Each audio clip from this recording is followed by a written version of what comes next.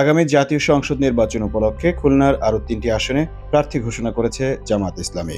রোববার নগরীর আল ফারুক সোসাইটিতে দায়িত্বশীল সমাবেশে প্রার্থী ঘোষণা দেন জামাতের কেন্দ্রীয় সাংগঠনিক সেক্রেটারি ও খুলনা অঞ্চল পরিচালক মুহাদ্দিস আব্দুল খালেক। এর আগে আরও ৩ আসনে প্রার্থী ঘোষণা করেছিল দলটি।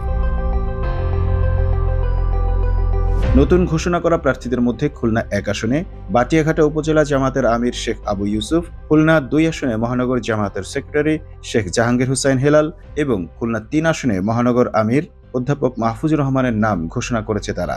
এর আগে খুলনা ৪ আসনে জেলা নায়েবে আমির কবিরুল ইসলাম, খুলনা ৫ আসনে জামাতের সেক্রেটারি জেনারেল অধ্যাপক মিয়া গোলাম পরোয়ার এবং খুলনা ৬ আসনে খুলনা অঞ্চলের সহকারী পরিচালক আবুল কালাম আজাদের নাম ঘোষণা করা হয়েছিল।